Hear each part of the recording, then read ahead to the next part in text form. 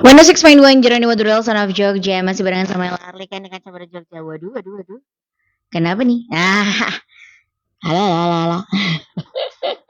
Kedengeran ya suaranya Ella nih Kaca Pada Jogja. Sekarang kita ketemu di sesi Soma Sana Sini Soal Agama, dimana Kaca Pada Jogja bisa mendengarkan tausiah seru pastinya, dan juga menambah wawasannya Kaca Pada Jogja di sore hari setiap hari Jumat.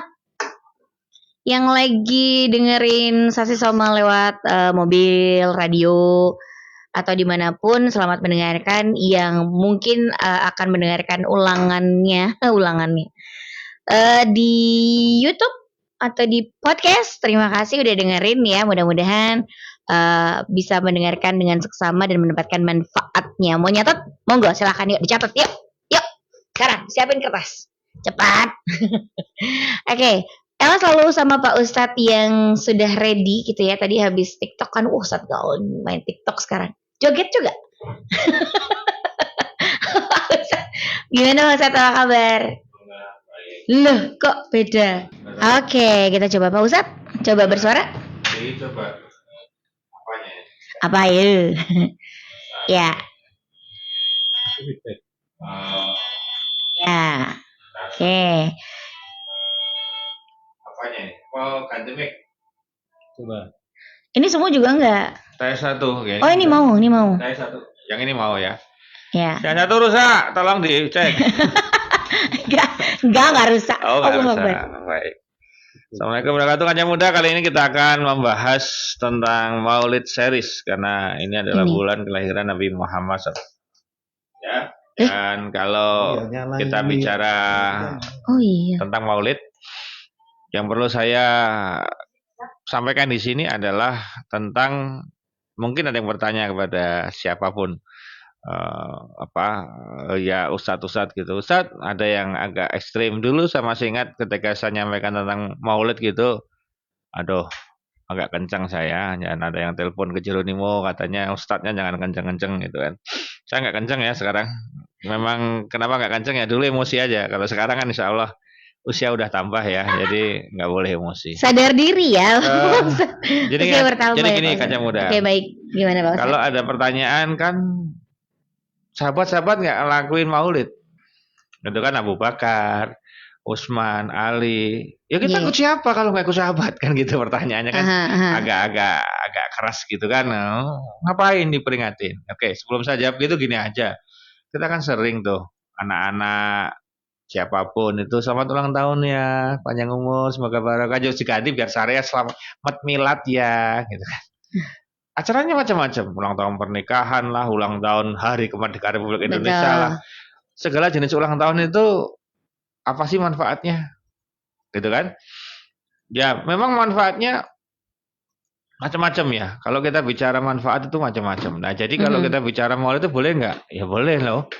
Kita aja kadang-kadang tanpa sengaja gayane orang gelem ulang tahun yang ya sok ngerayake kadang ngapain Tat, apa ngapain Mas, Mbak, Pak? Wah ini ya kami kan ya syukuran aja makan bersama, alhamdulillah sudah diberikan Allah usia sampai sekian tahun. Oh, kamu juga ngerayain kan? Cuma kamu nggak mau deklarasi kan, nggak ngundang-undang kan, nggak mau ya hure-hure gitu kan, kamu dengan makan bersama keluarga aja. Sama, sebetulnya seperti itu gitu kan. Jadi kalau kita bicara Maulid itu jangan dipahami hanya ulang tahun doang, tapi ini rangkaian manusia termulia di muka bumi ini dilahirkan. Nah, jadi apa hukumnya Ustadz merayakan Maulid gitu kan? Wah, hukumnya wajib kalau saya. Artinya wajib itu sebagai penghormatan kepada Kanjeng Nabi yang telah memberikan pencerahan kepada kita semuanya. Akhirnya kita cerah sekarang ini karena Rasulullah. Ya ulama, alim, ulama, ustadz, habaib, kiai, siapapun mereka dapat ilmu dari siapa? Dari Rasulullah. Dari sana semua bermula. Jadi kita kalau ada kelahiran, kalau Rasulullah nggak hadir, nggak dilahirkan ya mungkin kita sesat sampai sekarang gitu loh. Iya betul. Ya, jadi kita jadi orang jangan gaya amat. Kamu pintar agama ya bukan karena dirimu. Kamu yang suka mengharamkan Maulid misalnya, kamu dapat ilmu agama dari siapa emang? Kan gitu kan? Emang dari siapa? Dari ustadzmu? Otodidak. Dari kiaimu? Ya enggak lah. Dari pondok pesantrenmu? Iya. Ujung-ujungnya Rasulullah juga gitu kan. Nah, jadi jangan gitu-gitu amat lah. Nah, perkara isinya maulid itu kemudian kita bongkar, oke. Nah, kali ini kita bicara Kanjeng Muda. Jadi kita sepakat dulu ya Kanjeng Muda bahwa memang Abu Bakar Umar nggak ngerayain gitu kan. Nggak ngerayain itu bukan berarti haram gitu loh. Karena kalau Umar Abu Bakar juga nggak ada sasi soma, bukan berarti sasi soma haram gitu kan. Jadi tidak bisa sesuatu yang tidak dilakuin oleh Nabi ataupun oleh sahabat terus dikatakan kok kita lakukan menjadi haram ya nggak otomatis. Dibongkar dulu dong itu apa isinya, bagaimana kaidah-kaidahnya komplit. Jadi nggak bisa bicara asal. Kalau asal Rasulullah nggak ngelakuin kita nggak boleh juga. Oh banyak Rasulullah nggak ngelakuin yang kita lakuin sekarang.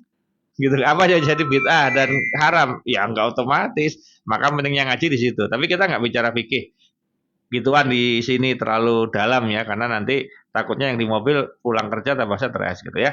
Oke, jadi gini kita kembali ke tadi maulid itu adalah sesuatu apa ya intinya sukacita senang dengan hadirnya Rasulullah Muhammad SAW di muka bumi ini. Nah kita kasih sebuah kisah nih yang ini sahih, yang ini menjadi kita harusnya tertampar Mbak, tertampar bahwa ini ceritanya. Apa sih manfaat maulid atau memperingati kelahiran Nabi Muhammad SAW? Ini sahih ya. Jadi ada musuh. Kita nggak usah bicara follower atau istilahnya fansnya Rasulullah. Kita bicara hatersnya Rasulullah dulu. Rasulullah itu punya haters. Jadi orang termulia di muka bumi ini tetap punya haters. Jadi kalau kamu punya haters itu jangan tersinggung, jangan baper. Rasulullah yang kayak gitu aja ada hatersnya, apalagi cuma kita bos. Gitu loh. Nah, Rasulullah itu punya haters. Nah, salah satu gembong hatersnya, gembong. Godfather hatersnya Rasulullah itu ada. Bahkan saking hatersnya itu tidak hanya levelnya haters, levelnya itu gimana caranya menghilangkan Rasulullah gitu kan. Menentangnya luar biasa. Ya, itu ada. Sampai diabadikan di dalam Al-Qur'an, surat Al-Lahab. Abu Lahab. Tabat yada Abi Lahab wa tab itu. Nah, tahu nggak yang namanya Abu Lahab itu musuhnya Rasulullah, musuh tingkat tinggi ya, artinya musuh yang sangat dugdeng lah istilahnya, itu raja di rajanya musuh itu Abu Lahab. Sampai ditulis di Al-Quran itu surat Al-Lahab. Nah ternyata beliau ini ketika di alam barzah itu dapat dispensasi siksa setiap hari Senin lah. Jadi kalau Senin beliau nggak disiksa kalau Senin. Kenapa dispensasi Pak Nah, Ustaz? kenapa dapat itu? Bahasa kasarnya kalau bahasa syariahnya dapat syafaat. Kenapa? Karena ternyata Abu Lahab ini ketika Rasulullah itu lahir di jagat raya ini, beliau sempat senang. Jadi kan nggak tahu kalau ke depan bakal jadi musuhnya. Ya senang aja, wah lahir ada anak lahir ya senang lah ya gitu kan. Dia nggak tahu kalau kedepannya menjadi musuh bisnisnya kan. Saya lebih cenderung musuh politik dan bisnis. Inilah kalau bisnis dan politik berkepentingan bersama-sama itu hancur semua. Ini contoh, ada punya daya menghancurkan kalau nggak hati-hati. Yang namanya Makkah Al-Mukarramah, Madinah Al-Munawwarah, Jazirah Arab khususnya Ka'bah dan sekitarnya itu dari zaman Nabi Ibrahim sudah seksi banget. Diperebutkan unsur bisnis dan unsur politik. Bayangkan suatu tempat dikunjungin seluruh penduduk di muka bumi tanpa terkecuali. Dari Afrika, dari Asia, dari Eropa, dari Amerika, dari semua benua itu pusatnya ke sana semua. Kira-kira kurang seksi apa? Mana ada tempat didatengin oleh semua orang itu? Belum tentu ada. Contoh, sekaya-kayanya orang ya ke Brasil ya hanya satu bisa dihitung ya ke Brasil karena 36 jam perjalanan udara, Bos. Jadi katakan nggak 36 jam, lebih dari 24 jam di atas udara. Kira-kira neng awak kayak ngopo rasanya? 36 jam dari Yogyakarta sampai ke Brasil. Gelak. Betul kan? Artinya apa? Yang sampai ke sana direwangi sampai sana itu kalau nggak effortnya tinggi karena ada sesuatu atau apa gitu ya nggak ke sana. Tapi kalau udah bicara haji, kewajiban agama, panggilan Allah labbaik Allahumma labbaik, berangkat tuh lah. Sampai dari Indonesia ke sana bisa 1-2 bulan karena naik kapal kan, lama sekali. Kalau zaman dulu ada yang cerita setahun deh Pak Ustadz. Ya pulang balik setahun itu. Pulang balik setahun. Ya karena makanya kalau dulu pamitan haji itu sekali pamitan mati. Nah, ya karena setahun nggak ketemu kan, bisa di jalan apa di ada yang mati di laut juga dikubur di laut ya ditenggelamin. Nah gimana lagi? Usianya selesai di situ. Nah artinya apa? Mekah itu dari dulu sudah seksi, khususnya Mekah Al-Mukarramah, masalah di Ka'bah itu kan, karena pusat bisnis. Bayangkan berapa orang ke situ lah, berapa orang kemudian pakai fasilitas dan sebagainya, itu cuan dan cuan dan gengsi kan. Nah, rebutan itu terjadi sejak zaman dulu. Rebutan terjadi sejak zaman dulu. Nah, sampai kemudian korbannya siapa? Ya karena korbannya itu kadang-kadang kepentingan berbagai macam pihak. Ya, wallahu alam ya. Nah, artinya apa? Waktu itu Jazirah Arab itu penguasanya kan orang-orang kafir Quraisy ini. Ya, mereka kan petinggi-petinggi yang sangat luar biasa yang menguasai teritorial. Muncul Nabi Muhammad SAW ini kan, wah ini musuh saya ini. Ini mempengaruhi banyak orang ini. Kekuasaannya bisa tergerus nih. Jadi lebih ke kekuasaan. Kekuasaan itu memang, makanya kekuasaan itu istilahnya itu keajaiban kekuasaan dulu kalau saya pernah baca buku itu. Memang kekuasaan itu ajaib lah. Bisa merubah orang yang tadinya lucu-lucu culun gitu tiba-tiba menjadi buret gitu. Iya. Itu bisa sekali. Karena kepentingan. Iya, banyak sekali. Gitu kan.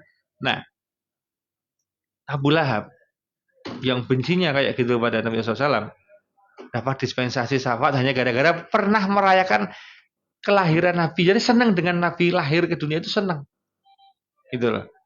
Nah, kalau kita kemudian merayakannya tidak hanya pengajian, dengan memperbanyak amal soleh, khususnya sholawat berkaitan dengan perjanjian apa-apa kayak gitu, itu manfaatnya banyak sekali. Nanti di edisi Saja Sama ini akan kita bongkar tuh, sholawat itu jenisnya kayak apa sih, kemudian manfaatnya apa aja, kenapa kita harus bersolawat. Itu nanti di minggu-minggu depan insya Allah ya, di Jumat-Jumat besok ya. Kita sekarang kemarin itu, jadi kita ke kelahiran Nabi dulu, Pak.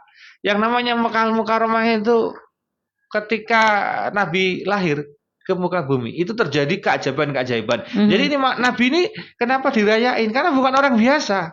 Orang biasa saja kita sering ngerayain. Hari kelahiran Bung Karno, betul? Ya. Mereka walaupun manusia biasa tapi punya keistimewaan apa? Deklarator, proklamator untuk kemerdekaan RI kan. Maka ada tulisannya kan, hari saya pernah dulu ikut lomba atau apa dalam rangka hari kelahiran Bung Karno. Gitu. Berarti kan? merayakan hari kelahiran saya dong. Ya kan gitu. Kurang lebih sama kan. Nah, jadi artinya apa? Orang yang punya jasa yang besar terhadap negara dirayain wajar nggak? Wajar. Lah ini tidak hanya bagi negara jasanya. Seluruh dunia. Jagat raya. Nah, kok kita kemudian sumir gitu kan? Ngapain ngerayain? Oh jangan gitu caranya. Ayo kalau ngerayain diisi dengan kebaikan, amal soleh, diisi dengan pembacaan sejarah beliau, diisi dengan penjelasan tentang bagaimana beliau dari kecil ke remaja hingga dewasa hingga wafat, gitu kan?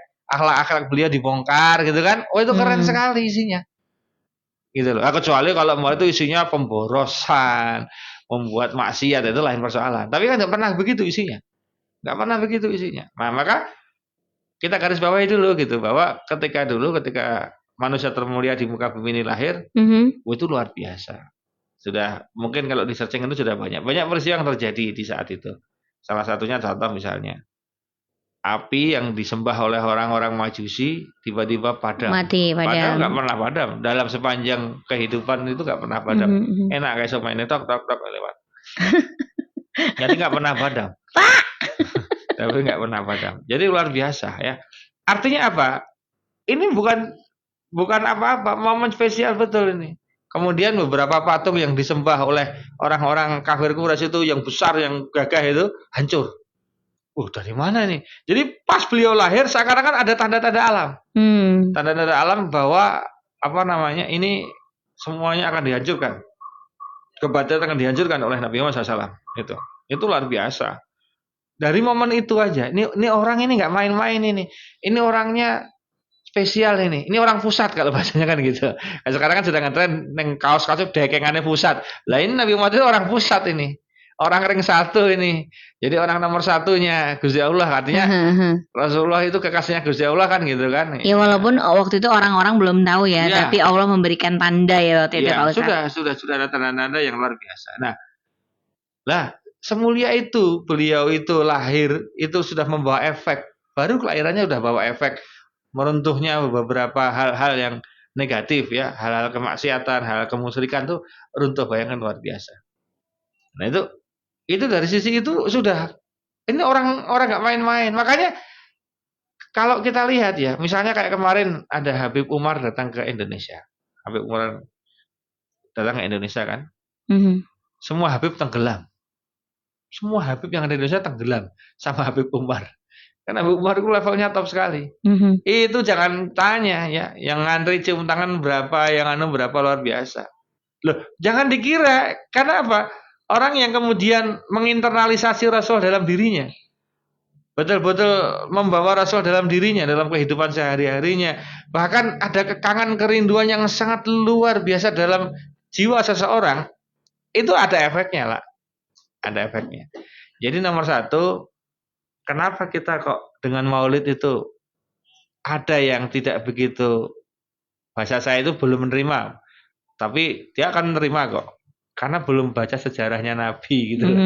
Kalau dia baca sejarahnya Kanjeng Nabi sebelum lahir, detik-detik kelahiran, pasca kelahiran, dan kemudian sampai semuanya tuntas, itu isinya cuma nangis. Kenapa tuh Pak Ustadz? Ya, karena Rasulullah itu berkorban untuk kita luar biasa. Jadi betul-betul memikirkan umat itu dari beliau dapat tugas amanah pertama sampai dengan beliau mau meninggal, sampai besok di akhirat ketika karpet merah udah digelar untuk masuk ke dalam surga, beliau memutuskan aku nggak akan masuk sebelum umatku masuk semua. Sebelum umatku masuk semua. Kalau kita aku masuk dulu, jangan sampai nanti malah yang lain yang pakai, nanti aku malah nggak bisa tempat masuk. Terbaik ngapain pengen nunggu-nunggu? Rasulullah nggak pernah gitu. Makanya orang-orang yang nggak begitu senang dengan maulid, sholawatan, hadroh, cinta-cinta Rasul kayak gitu, itu kemungkinan saya husnudon karena belum sempat membaca sejarah dengan detail, atau kebetulan membacanya nggak sempurna, atau tidak diceritain dengan orang-orang yang soleh di sekitarnya, sehingga dia nggak wow. Wong kita itu baru mendengar kisah sukses siapa gitu aja wow kan. Wah, dulu hidupnya ternyata anaknya nggak punya. Dulu ternyata tukang ini, sekarang jadi orang sukses luar biasa, dikagumi, digandrungi, kita sering silaturahmi, ingin dapat wejangan. Itu belum apa-apa, Bos. Itu tuh cuma ngamalin salah satu sunnahnya Rasul. Dia tuh cuma ikut Rasul aja kayak gitu aja jadinya. Apalagi sumbernya langsung gitu. Kan kita logikanya begitu. Lah makanya gerakan Maulid series ini yang saya usung di bulan-bulan ini, di bulan kelahiran Kanjeng Nabi menika, itu dalam rangka kita akan bongkar akhlak-akhlak beliau, kebiasaan-kebiasaan beliau, postur beliau, nanti gitu ya. Jadi biar paling enggak kita ada kecintaan dengan Nabi Muhammad SAW. Kalau kita jual cinta, nggak sholawat itu malu. Kalau kita ada cinta, kita teringat beliau, kita mau gini, beliau gimana ya, kalau makan, beliau gimana ya, itu luar biasa. Ada loh yang sampai usia 40 kayak gini nih, itu sejarah itu ya belum pernah baca, hanya dapat cerita ketika dulu TK SD sama guru agamanya juga ada. Ya mengapalke bapaknya namanya siapa, ibunya. Ya itu ya bagus, tapi sejarah tentang pergerakannya loh, kalau tahu esensi kecil-kecilnya itu bisa nangis loh. Kita cuplek sekarang satu saja. Biar. Apa tuh Pak Ustadz? Jadi waktu itu bagaimana seorang beliau itu berbuat kebaikan, manakala orang yang dibuat baiki itu adalah orang yang membencinya dan tidak tahu kalau yang berbuat baik itu dia. Itu kalau nggak level dewa nggak bisa. Bahasanya itu level imannya kan tinggi, akhlaknya tinggi. Artinya saya bukan ngomong dewa dalam konteks Tuhan ya. Maksudnya dewa itu kan level dewa itu berarti kan tinggi kan, istilahnya gitu. begitu. Ya gitu. Wah, gimana level anunya ini? Skillnya, wah level dewa skillnya. Maksudnya skillnya tinggi. Nah, ini gini. Bayangin ada seorang buta, tidak bisa melihat, yang selalu mengolok-olok Nabi, dan Nabi mau menyuapinya. Bahkan menyuapinya setiap hari. Padahal yang diolok-olok itu di depannya sendiri. Kamu bisa bayangin nggak? Orang ngejek kamu ngasih makan dia setiap hari. Itu kalau nggak Nabi nggak ada. Oh, rasa makan kayak buen kono. Buen mas, bablas sisan. Wah. Nah, itu. Oh, ini luar biasa. Tungguin tuh Pak Ustadz, dia nongkrong di depan. Ayo suruh Mas Teh mana? Jadi apa namanya? Apa ya? Boleh dikatakan Ya. Sangat powerful sekali itu kan. Nah, begitu Nabi telah wafat, sampai nggak cerita loh. Bahkan Nabi jangan bilang kalau yang nyuapin saya, diem aja kalian. Nanti dia nggak mau lagi tak suapin. Bisa dibayangin nggak? Ada orang tahu ya Rasulullah, itu kan anumu kan, itu kan musuhan sama kamu kan, itu kan jelek-jelekin mulu kan gitu. Diam aja. Jangan kamu kasih tahu kalau yang nyuapin aku. Bayangin. Kalau dikasih tahu nanti dia nggak mau tak suapin, kasihan dia. Biarin aja. Mana ada bos pemimpin kayak gitu bos. Sampai akhirnya Rasulullah wafat. Begitu Rasulullah wafat lah. Mana ini kok aku nggak disuapin lagi? Ya, terus disuapin. Nggak enak suapanmu ini. Kamu mesti bukan yang biasanya ya? Iya, yang biasanya sudah meninggal kemarin. Hah? Terus kamu siapa? Saya sahabatnya, dia bilang. Nah itu siapa itu? Yang menyuapin kamu. Ya, pengen tahu. Ya, namanya Muhammad yang sering kamu hina setiap hari itu. Hah? Wah, dia langsung menyesal. Dia menyatakan diri masuk Islam. Dia tobat. Bayangkanlah. Akhlak beliau itu luar biasa. Nanti akan saya ceritakan di segmen kedua tentang Habib Umar. Akhlak beliau kayak apa. Juga luar biasa. Oke. Jadi orang-orang yang niru Kanjeng Nabi itu akhirnya terinspirasi akhlaknya Kanjeng Nabi. Sehingga Nabi begini, aku juga gini. Oke, nggak bisa sama, tapi OTW ke sana. Nggak sama, iya pasti nggak sama. Iya pasti nggak sama, kita beda. Nabi bukan Rasul, jelas beda. Tapi minimal kita OTW gitu loh. Ya, KW boleh, tapi minimal KW. Walaupun KW 16 atau 27 nggak apa-apa. Nggak apa-apa, itu aja susah. Jadi jelas ya, jangan berdebatin lagi Maulid boleh atau nggak boleh. Kita itu ikut hormat gerak kok ketika perayaan HUT RI. Masa sama Rasulullah nggak hormat? Iya. Gitu lah. Logisnya aja gitu. Oke, merayakan untuk mengingat gitu ya. Kanca Muda Jogja juga untuk jadi momentum. Kalau dulu Pak Ustadz biasanya bilang momentum supaya di situ kita jadi tahu tuh. Oh ini ada Nabi Muhammad. Oke, apa yang harus kita pelajari, apa yang harus kita gali lebih jauh lagi gitu, seperti apa Nabi Muhammad. Nanti kita akan ngobrol lagi. Kalau ini kita akan mau bicara soal Habib Umar. Nanti habis ini kata Pak Ustadz yang juga mengambil banyak faedah dari Kanjeng Nabi Muhammad SAW.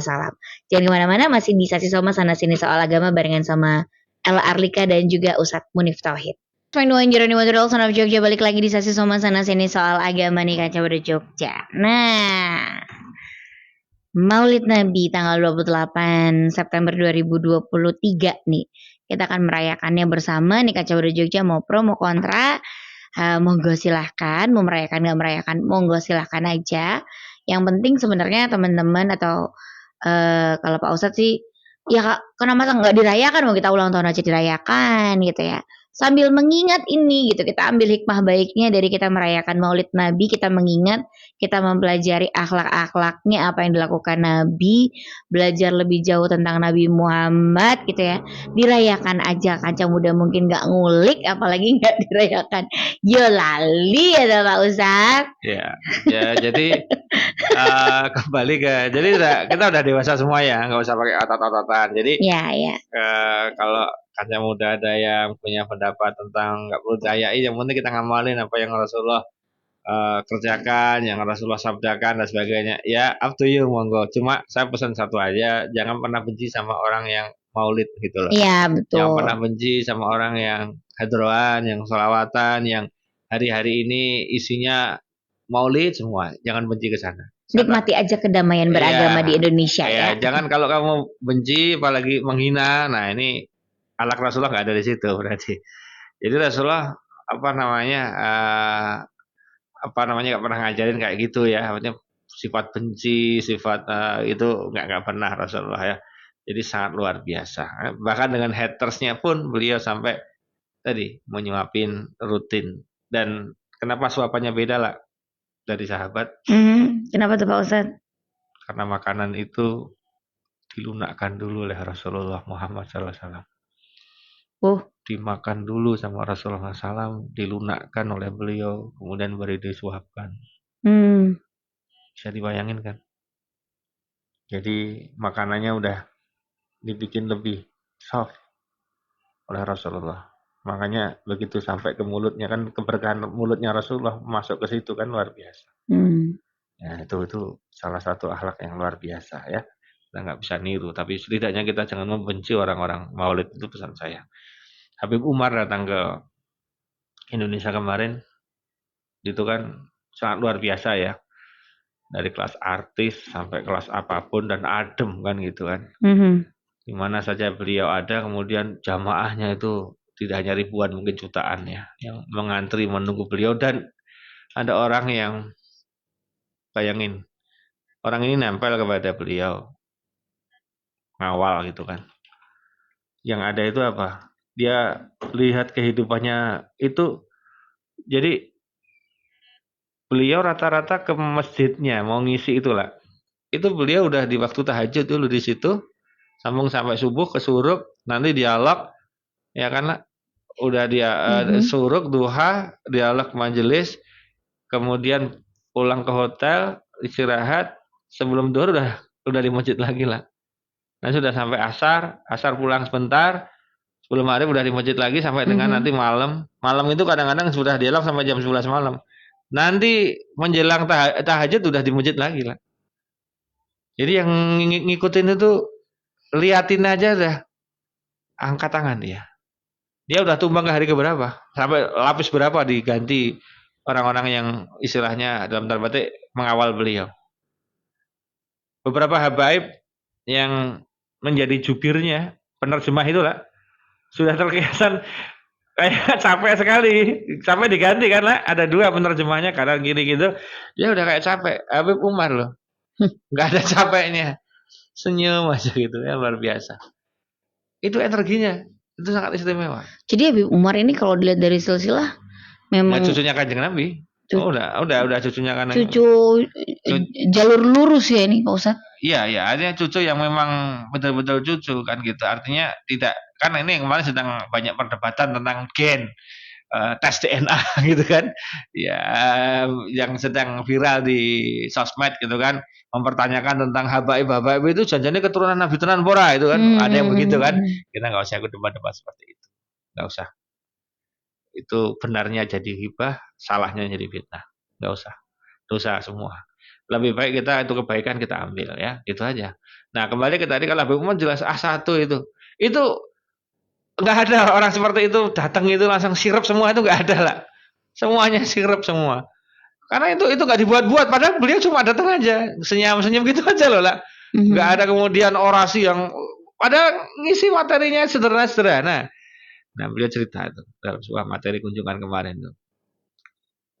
Ada satu hari tiba-tiba ada orang datang gitu kan ke rumah beliau, bertamu, ingin menegaskan tentang masalah tanah. Tanah yang di tempatnya beliau di zaman sana itu ada sebuah tanah yang diklaim oleh orang itu miliknya orang yang mengklaim tadi lah. Padahal jelas itu dari sisi apapun, ya hukumnya udah dapat, SHM-nya itu atas nama beliau.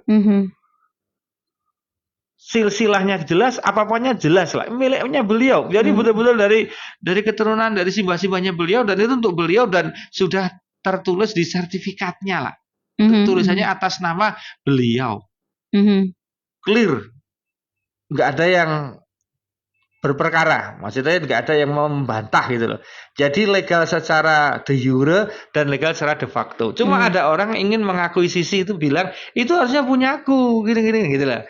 Nah dia udah cerita kemana-mana, kemudian datanglah ke rumahnya Habib Umar. Gitu. Assalamualaikum, salam, ditemuin anaknya. Apa? Saya mau ketemu sama ayah. Ada. Abi ada. Abi, ada orang. Siapa?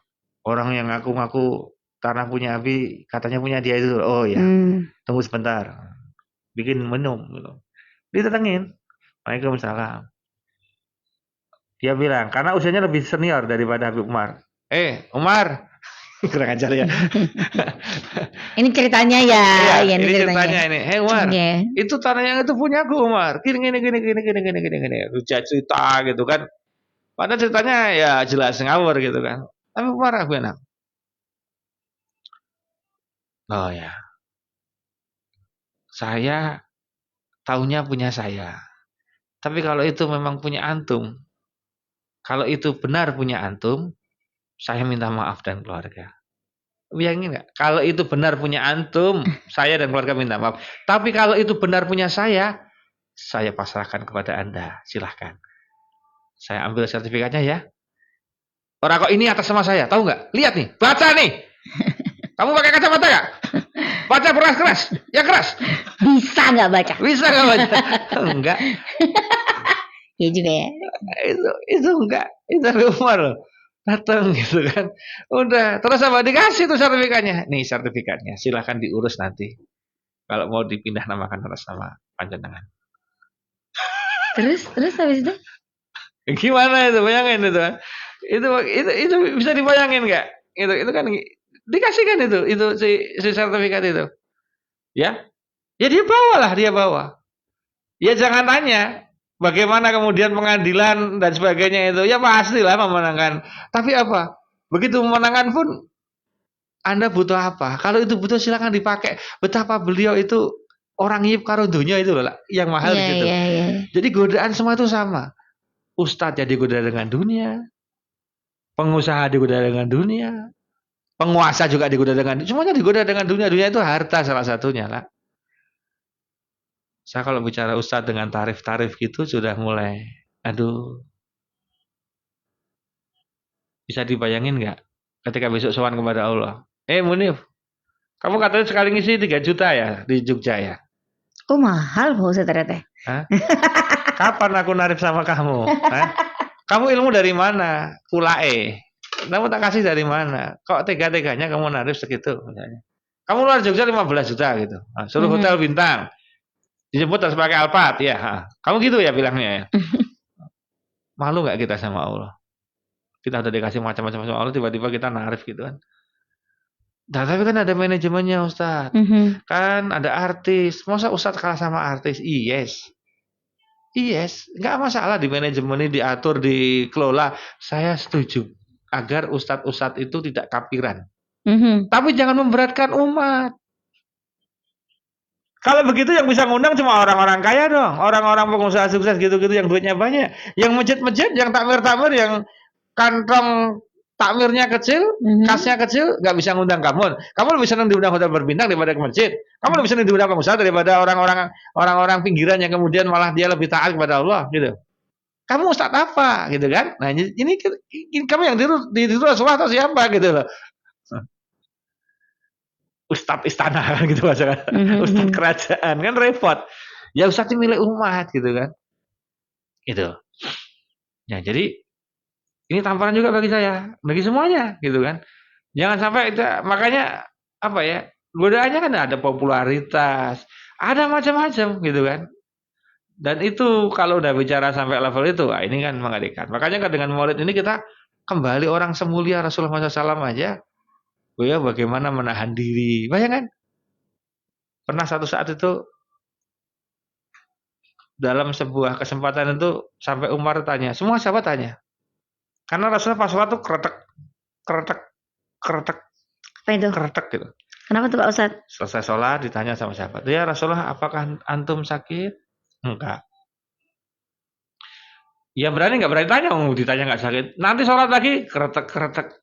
Sampai akhirnya ya Rasulullah, kenapa ada bunyi kretek-kretek? Apakah engkau sakit? Kalau engkau sakit bilang kepada kami ya Rasulullah, biar kami obatin. Gimana kita ikhtiar bersama ya Rasulullah? Kenapa ada suara itu? Kami penasaran dengan suara itu ya Rasulullah. Tulang atau apamu yang sakit? Rasulullah kemudian buka, mohon maaf ya, dibukalah apa namanya jubahnya beliau. Kalau kita kaosnya atau kemejanya dibuka gitu. Ternyata ini yang bikin tadi bersuara. Ada batu di ganjal di perutnya Rasulullah. Oh lapar. Aku belum makan sejak sehingga aku ganjal batu. Bisa dibayangin ya Rasulullah. Kenapa nggak bilang dari tadi? Kami sanggup untuk membayari makan dirimu, mentraktir dirimu seperti raja-raja, seperti orang-orang yang kaya raya. Kami sanggup ya Rasulullah. Gak usah. Jangan sampai aku membebankan. Yang aku khawatirkan adalah membebankan umat. Aku nggak mau jadi membebankan kalian semua. Aku di sini diutus untuk meringankan kalian, bukan untuk membebankan kalian. Oh, keren, Bro. Hah? Makanya kita harus belajar dari sana. Walaupun kita nggak bisa sama, tapi OTW gitu loh. Ya, itu yang luar biasa. Untuk takmir juga diperhatikan karena ada tadi tulisan saya juga membaca apa?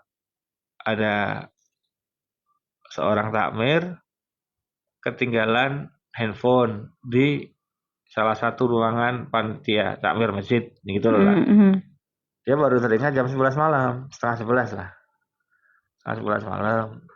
Ya karena handphone juga penting kan. Oh, aku masih ingat dia tadi tertinggal di sana, aku kunci, yang kuncinya yang bawa aku. Dia datang lagi ke masjid itu untuk ngambil handphone.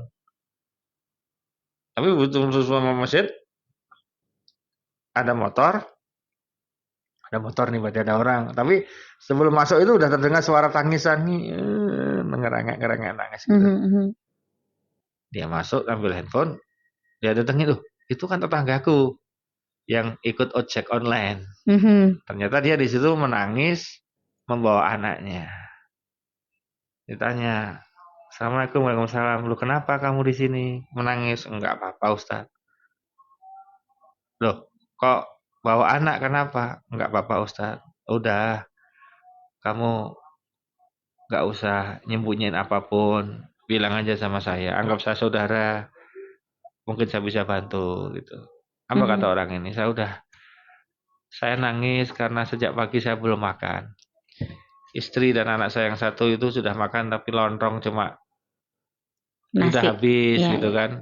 Saya belum makan dari tadi. Saya di sini minta kepada Allah akan diberikan kemudahan karena saya narik juga nggak dapat order, sepi, dan mau narik juga nggak bisa karena motornya bensinnya habis. Wah, dia ketampar sebagai takmir, ya Allah. Ini program takmir itu mau renovasi, mau ini jamaah masjidnya ada yang nggak bisa makan, dia diemin. Nah, ini menjadi ketika takmir ini kita sudah jangan takmir kewawan masalah fisik. Lupa ngurusinnya kayak gitu. Itu makanya Pak Jajir ASP dari Masjid Sukaryaan dan beberapa masjid yang lain kan sekarang sudah modelnya memakmurkan jamaahnya salah satunya. Jangan sampai ahli masjid, tukang jamaah di masjid nggak bisa sekolah, nggak bisa ngambil rapat karena belum bayar, nggak bisa makan, mau ngelahirin nggak ada yang mengadvokasi, nggak ada yang biayain, kasihan. Itu. Padahal infak masjidnya banyak sekali. Makanya Pak Jajal mengatakan banyak takmir masjid itu kikir-kikir gitu kan. Uangnya banyak tapi nggak pernah manfaat. Manfaatnya kadang-kadang ngecat aja kayak gitu ya. Ya itu bagus, tapi sekali lagi bagaimana masjid mau berdaya dan kemudian menjadi magnet ketika tidak memberi solusi untuk umat gitu lah. Itu kan itu harus menjadi catatan gitu kan. Nah, maka kita perlu belajar dari Nabi bagaimana Nabi ketika sampai di mana Madinah, tunjukkan aku pasar. Nah, di pasar itu dekat situ bikin masjid gitu kan, ada Masjid Kuba gitu kan. Itu kan luar biasa ya. Jadi artinya apa? Masjid itu memang identik dekat dengan pasar. Artinya ketika kamu minta ya kepada Allah, taat ibadah lillahi ta'ala. Iya karena butuh ya, karena selain ikhtiarnya di pasar, jualan, bisnis. Ya di Jogja konteksnya kan luar biasa juga. Ini Maulid keraton juga ngadain tadi malam ada Miyos Gongso. Jadi gamelannya turun tuh keluar. Nah besok ada Kontur Gongso gamelannya. Ini udah mereka Maulid. Besok grebek puncaknya di tanggal Kamis itu. Grebek itu. Pakai perayaan itu, Bos. Perayaan.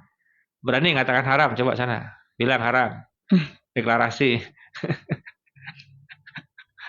Yang ada banyak, yang jilbaban juga banyak. Ustadz-ustadznya juga banyak juga itu. Beberapa ada teman saya kan jadi yang tukang doa di sana juga. Nah, jadi bukan langsung disalah kaprahkan gitu, Bos.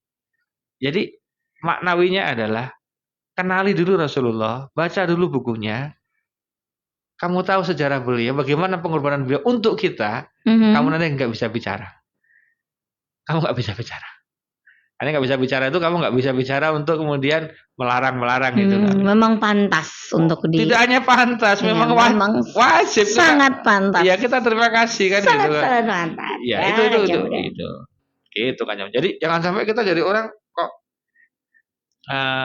makanya ada kata-kata yang ini sederhana yang sering kita ulang-ulang tapi kita kadang-kadang nggak ngeh dan nggak mau mendalami apa. Tak kenal maka tak sayang. Kan kita, ya kan kita sering, wah kalau kamu nggak kenal kamu nggak sayang. Itu kan itu mengiang di mana-mana. Tapi kan kita seringnya cuma kenal doang. Padahal kenal yang dimaksud itu kenal dalam. Iya. Begitu kita kenal sampai level dalam, sayangnya lebih tinggi lagi kan. Oh ternyata. Nah muncul mahabbah, rasa cinta pada Rasul. Maka dulu kan lagu-lagunya tentang cinta Rasul kan juga banyak kan, cinta Rasul yang siapa udah gede sekarang paling ya. Sulis itu malah udah besar ya. Yang ya Taibah gitu kan. Nah itu kan dulu belum ada MP3 ya, belum ada CD ya, kaset ya waktu itu ya. Itu sangat viral kalau bahasa sekarang. Kalau zaman dulu sangat terkenal sekali kan. Nah sekarang kan apalagi zaman sekarang sholawat sudah aneka ragam gitu kan. Sudah mulai dikenalkan di masyarakat. Jadi jangan kemudian nuduh-nuduh sholawat dilaguin sih, kok dianuin sih. Nah, jangan gitu. Sholawat itu kan ujian. Ada nada-nadanya juga bagus kan. Kalau kita ngomong sama orang nggak ada nadanya, kira-kira gimana? Kan ya nggak enak. Ada nadanya kan. Nada turun, nada sedikit, naik dikit, nggak sampai naik banget. Gitu kan. Liu-liuannya itu kan juga beda. Makanya kalau kita, kenapa sih? Gini aja. Kalau bahasa yang saya sangat sederhananya gini. Kalau kamu belum kenal sama Kanjeng Nabi, gini aja. Kamu ikuti majelis zikir-zikir gitu, majelisnya Rasulullah, majelis isinya ada sholawatan, ada majelis maulid gitu. Kamu ikut dulu, nikmati dulu. Nanti kan kamu kemudian enak juga ya. Asik juga ya. Gitu nanti kan gitu kamu. Nanti lama-lama kamu pengen tahu, lama-lama jatuh cinta. Itu ya. Jadi ikuti dulu, coba dulu. Toh ini juga baik kan? Coba dulu, kalau ketagihan gimana Ustadz? Bagus. Ya kalau narkoba jangan. Coba dulu. Kalau ketagihan gimana? Wah. Coba dulu terusin jangan. Kalau yang jangan ini dicoba juga. Kalau yang ini coba aja nggak apa-apa. Nggak ada resikonya. Resikonya kan ketagihan. Ya. Kan gitu. Jarang yang habis ikut selamatan. Wah kapok aku tuh jarang ada terjadi. Saya ngajak teman-teman orang, ayo besok ikut. Gini gitu. Wah besoknya wah asik juga ya. Besok lagi dong gitu. Itu kan yang luar biasa. Nah jadi kamu coba dulu. Kalau kayak gini nih coba, jangan komen dulu, coba dulu, rasain dulu. Nah nanti kan kamu baru kemudian kamu akan tahu, oh gini tuh. Ya bukti sederhananya gini. Kalau kita nggak kenal Nabi, kita nggak biasain sholawat. Pertanyaan saya, terus kapan kita mau sholawat? Nggak ada lokasinya kan? Nggak ngalokasikan waktu juga kan? Ya kan gitu. Padahal sholawat itu adalah bacaan yang paling ringan di antara yang lain, atau amalan yang paling ringan di antara amalan yang lain gitu kan. Kamu amalan baca Quran 1, 2, 3 ruku gitu kan. Nah, kamu kalau sholawat itu kan amalan yang ringan kan sebetulnya. Tapi kok kenapa kita sampai ada yang sampai hari ini itu ya nggak ada yang nggak ngelakuin misalnya. Barang-barang 10 aja nggak. 100 enggak, apalagi 1000. Ngapain paling gitu. Itu kan gitu. So alim. Nah, kan itu kan ini repot gitu. Iya. Gitu. Jadi di edisi pertama tentang Maulid series ini kita membahas kenapa kita harus Maulid dan boleh nggak sih? Tadi udah kita bahas filosofinya kayak apa, dasar-dasarnya kayak apa, kemudian logikanya kayak apa, dalil aklinya, naklinya kayak apa, kita sampaikan di awal di edisi ini. Edisi besok kita akan bongkar insya Allah tentang cara-cara kita mencintai Rasulullah. Nah, jadi caranya kayak apa sih? Kalau kita cinta sama Rasulullah itu cirinya apa dan harus bagaimana? Nah, karena kita kan sering kalau di majelis-majelis atau pengajian, semoga kita mendapatkan syafaat dari Rasulullah masalah kelak di yaumul qiyamah. Loh caranya gimana? Syaratnya dapat syafaat? Ya nggak otomatis kan? Ada syaratnya. Kalau otomatis ya enggak otomatis. Semua ada syaratnya. Gitu kan. Oke. Besok minggu depan kita akan membongkar cara kita makin cinta sama Rasulullah ya Pak Ustadz ya. Oke, jadi hari ini mudah-mudahan ada manfaatnya. Kenapa kita harus maulid ya Kanca Muda Jogja. Kita ketemu lagi minggu depan. Sudah hafal dong mudah-mudahan ya. Jumat jam 4 sore. Terima kasih juga buat Kanca Muda Jogja yang mendengarkan Sasi Soma lewat YouTube-nya ataupun lewat podcast atau lewat Facebook-nya Ustadz Munif Tauhid. Terima kasih. Assalamualaikum warahmatullahi wabarakatuh. Makasih Pak Ustadz. Sami-sami. Love Jogja in you and bye-bye.